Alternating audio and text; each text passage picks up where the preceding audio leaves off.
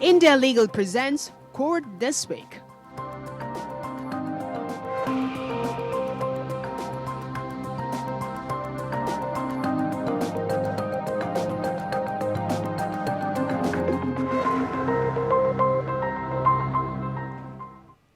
Hello and welcome to Courts Roundup this week. I'm Isha. In this special edition, we bring you the top stories of legal proceedings from the courts, from lower and subordinate courts to high courts and the Supreme Court. We bring a selection of major legal proceedings which made headlines in this week. In the next half an hour, we will inform you and update you on all important proceedings. So let's begin Courts This Week. India Legal presents Court This Week.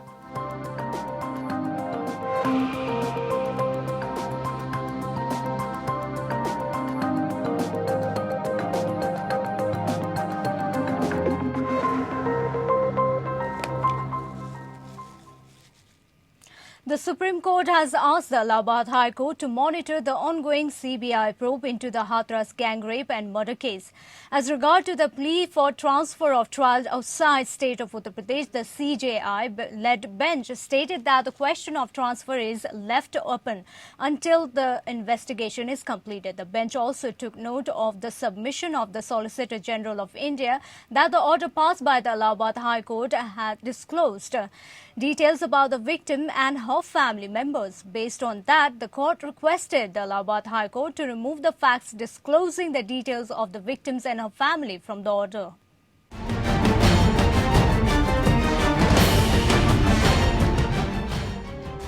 The Supreme Court has ordered that all aspects of the Hathras gang rape case would be considered by the Allahabad High Court. The bench of Chief Justice of India, S.A. Bobde, and Justice A.S. Bopanna and V. Ramasubramaniam also refused to comment on the merits of the case in its order. The order was passed in a batch of pleas praying for an independent probe into the shocking gang rape in Hathras, followed by the police alleged forced cremation of the victim's body in the dead of night without the consent or presence of her family. The petitions and applications that were taken up for hearing together also prayed for the trial to be transferred out of the Uttar Pradesh, preferably to Delhi. Another request made was to ensure adequate witness protection for the victim's family. The court had earlier sought to know from the state of Uttar Pradesh the steps taken on the aspect of witness protection. In its affidavit filed in response to the question, the state government gave details on all the security arrangements made for the victim family, coupled with the installation of CCTV cameras. Some interveners urged the court to direct the deployment of Central Reserve Police Force (CRPF) personnel for security on the ground that the state police was accused of having a role to play in the incident. While the Director General of Police (DGP) did not oppose to the request, it was prayed that should the prayers be allowed, a message should not go against the state police. The UP government had maintained that it is not treating the case as an adversarial litigation. The court was also told that the family had chosen to engage two lawyers to represent them, but had requested for a government lawyer to also be appointed. This submission was made in the affidavit after it was alleged in court that the soliciting of legal services was being done by some lawyers. The order on these issues was reserved on 15th October. Pertinently, the Allahabad High Court had taken suo motu cognizance of the midnight cremation of the victim. During the course of the hearing before the Supreme Court, the bench headed by CJI Bobde had also mooted as to how the scope of the case before High Court can be enlarged. It also opened that the case must be heard by the High Court first. Bureau Report. Centre has filed in its reply in the Supreme Court in the loan moratorium issue. Centre has informed in its affidavit that a difference between compound interest and simple interest will be deposited in the account of borrowers by November 5th, and the affidavit comes after Supreme Court had pulled up the Centre for delay in implementation of their decision for providing benefits to small borrowers.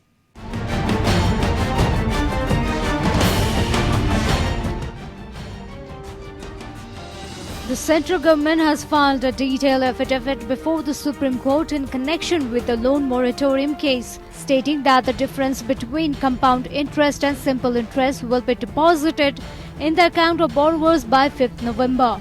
This decision was taken by the Ministry of Finance and has been approved by the Union Cabinet in its meeting held on 21st of October. The centre said in its affidavit that the Ministry of Finance has approved the policy of interest waiver scheme for borrowers of specified loan for a period ranging from March 1st to 31st of August.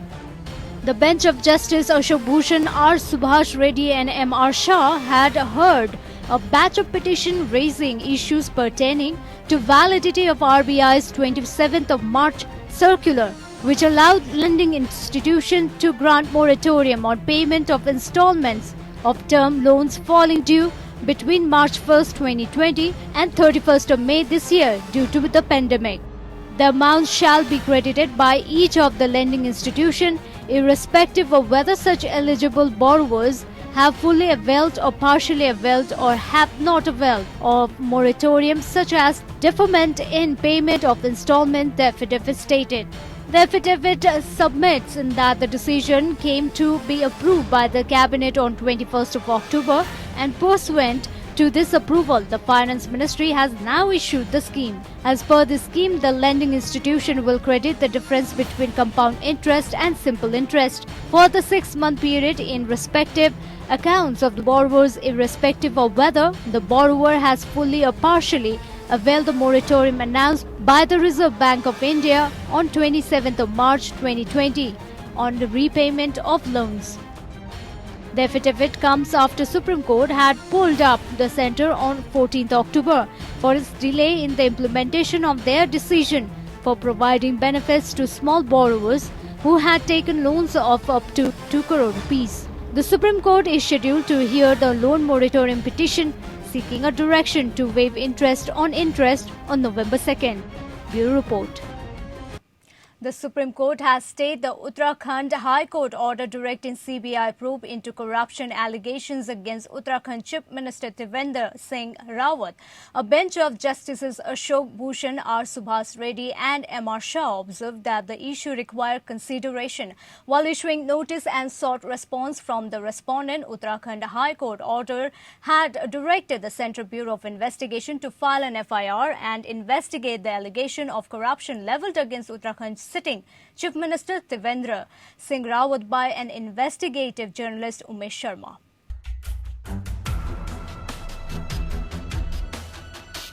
The Supreme Court has stayed the Uttarakhand High Court's direction to register an FIR against Chief Minister Trivendra Singh Rawat after allegations of bribery were made against him by a journalist.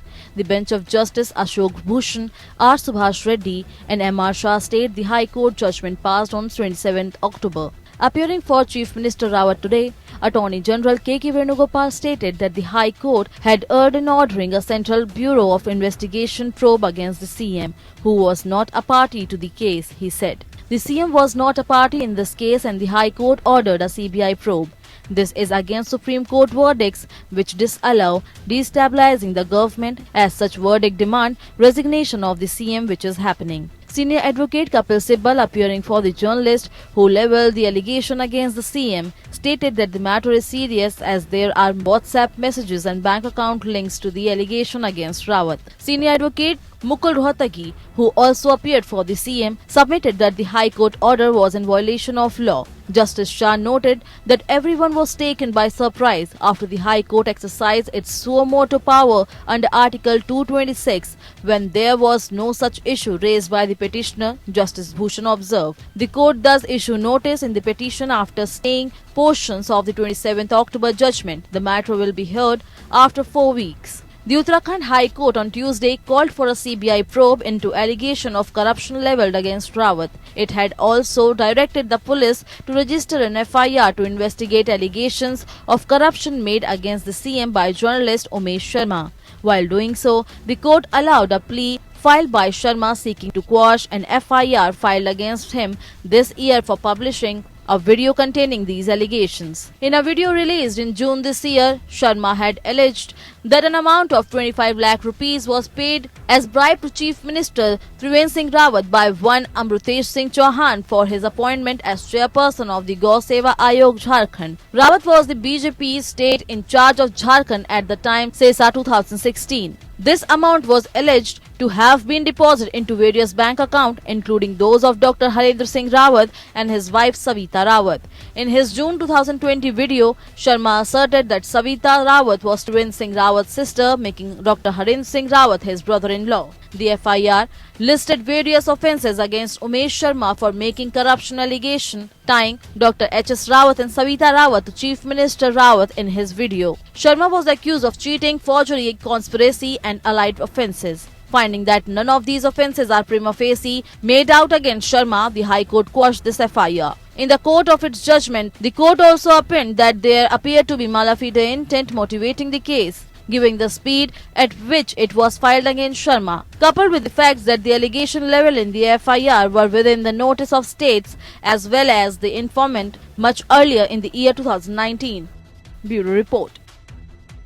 The Premier Court has said that cases of personal guarantors of corporate borrowers like Reliance Communication Chairman Anil Ambani would be transferred at one place. Only then will the verdict be given. The court also said that those who have filed cases in various high courts challenging the bankruptcy proceeding need to be transferred to one place. A bench of Justices L.N. Rao, Hemant Gupta and Ajay Rastogi favoured the transfer of all the pending writ petition challenging provision of IBC on insolvency of personal guarantors and reserve its verdict.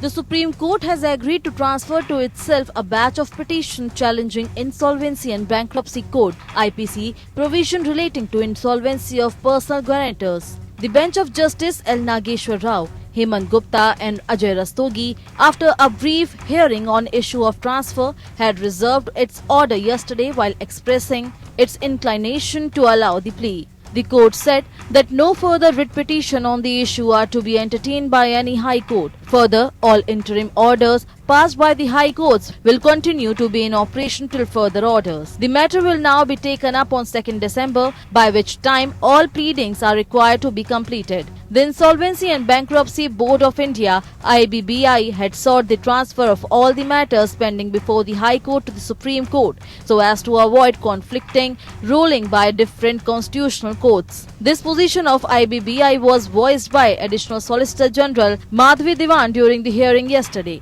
Solicitor General Tushar Mehta, representing State Bank of India, submitted that the issue under question in the various writ petition is a national issue and does not affect the writ petitioners before the High Court inter se. Thus, the apex court must hear the question of law, Mehta submitted. Of the pending writ petition, the maximum number of pleas remain pending before the Delhi High Court, before which the matter is expected to be taken up for final hearing on 10th November. The Delhi High Court had also passed an interim order in that batch of petition, which also includes a petition by Anil Ambani. While some counsel for various respondents argued in favour of the High Court deciding the issue first, there were some who proposed that the pending matter from the Madhya Pradesh High Court and the Telangana High Court may be transferred to the Delhi High Court, which is already seized of the matter.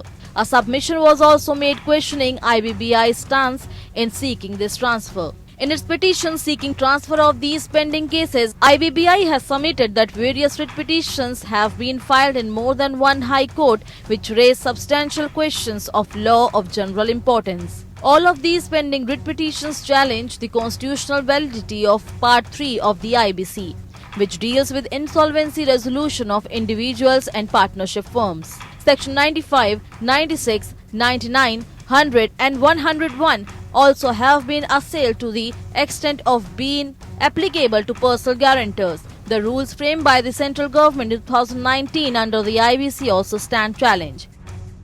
Bureau Report. The Shapoorji Pallonji Group has sought a formal separation from Tata Group in the Supreme Court, proposing that its stake in Tata Sons be swapped for a pro-rata stake in the Tata's listed companies. The two conglomerates have been embroiled in a legal battle since 2016 when Cyrus Mistry, second of family, had said that the control of the SP Group was sacked as chairman of Tata Sons. The Saporji Paloniji or SP Group, which is the largest minority stakeholders in Tata Group, believes it is necessary to separate interests from the auto to steel conglomerate.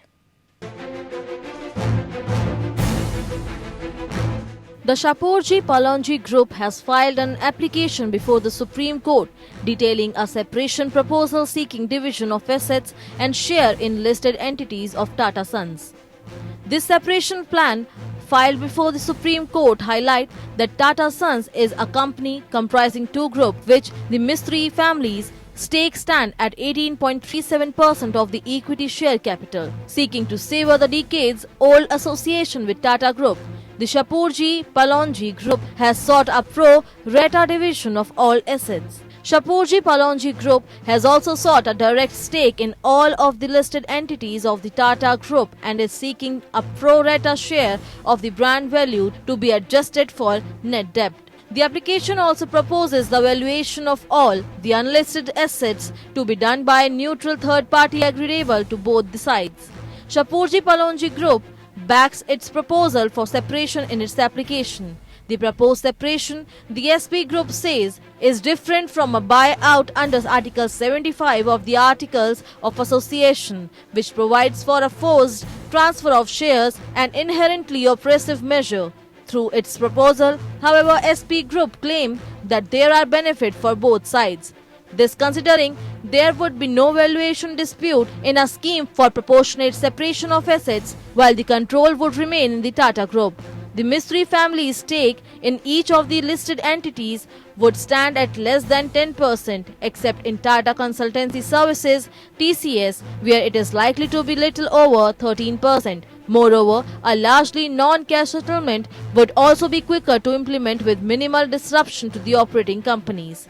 The scheme for separation is proposed on the apprehension that the SP Group's interest as minority shareholders will not be protected in Tata Sons in the current environment. Questioning Tata Sons' action thus far, SP Group claims that the company has made it clear that it would go to any length to prejudice SP Group's interest, which laid down the groundwork for the Mistry family seeking the division.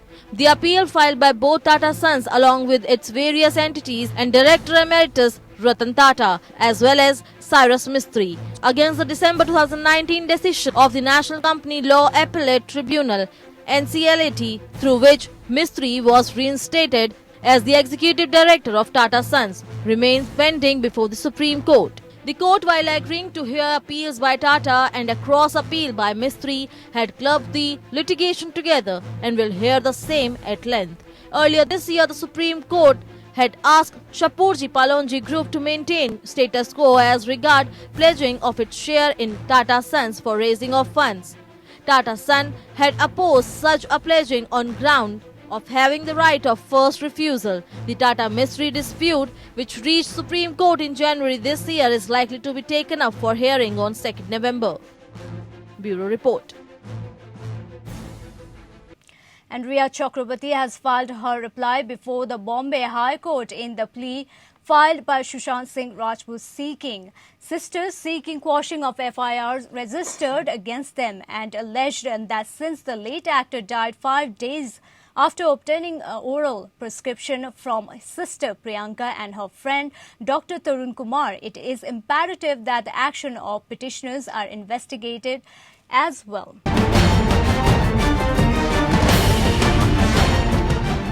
Rhea Chakraborty has filed a reply in the Bombay High Court highlighting that actor Sushant Singh Rajput died days after he obtained a prescription from medicines from his sister Priyanka Singh, who were prescribed by Dr. Tarun Kumar. As such, Chakraborty has called for the dismissal of the plea preferred by Priyanka and Meetu Singh, both Rajput's sister, to quash the FIR filed against them and Dr. Kumar in relation with the unnatural death of Sushant Singh Rajput. The FIR was filed on a complaint by Chakraborty. In her reply, Rhea Chakraborty accuses Priyanka and Meetu Singh, along with Dr. Kumar, for allegedly conspiring to obtain false prescription to administer certain drugs to Sushant Singh Rajput, including those mentioned in Narcotics, Drugs and Psychotropic Substances Act. Chakrabarti has made detailed submission on her relationship with Rajput and her strained dynamics with his family. She goes on to submit that Rajput had been diagnosed and was receiving treatment for bipolar disorder with her support. On June 8, however, it is submitted that Chakrabarti came to know that Priyanka Singh had given a list of medications for Rajput, which were not earlier prescribed by the doctor he had consulted. Chakrabarti adds that she told Rajput not to consume this medication, more so given that his sister has no medical qualifications. Days later, on June 14, Rajput passed away. She goes on to raise concern that the medication prescribed to Rajput days before his death were prescribed by Dr. Tarun Kumar, even though there was no consultation as mandated by law. Chakrabarti submits in her reply that the actions of Priyanka, Meetu and Dr. Kumar should be investigated to find out how they could provide Sushant Singh Rajput with bogus and unlawful prescriptions. Chakrabarti has submitted that the FIR registered is not in contravention of Supreme Court's direction that the Central Bureau of Investigation should investigate all cases pertaining to the death of late Sushant Singh. Chakrabarti also notes that she has been facing anger and hate since the demise of Sushant Singh on account of Rajput sisters. In view of this submission, Chakrabarti has urged that the High Court should not quash the FIR and that it should dismiss the petition against the FIR with cost. Bureau Report. Punjab Haryana High Court has given important instruction on honour killing cases. The court has said that fast-track investigation by SITs is needed. The court has called for details of pending cases related to honour killing.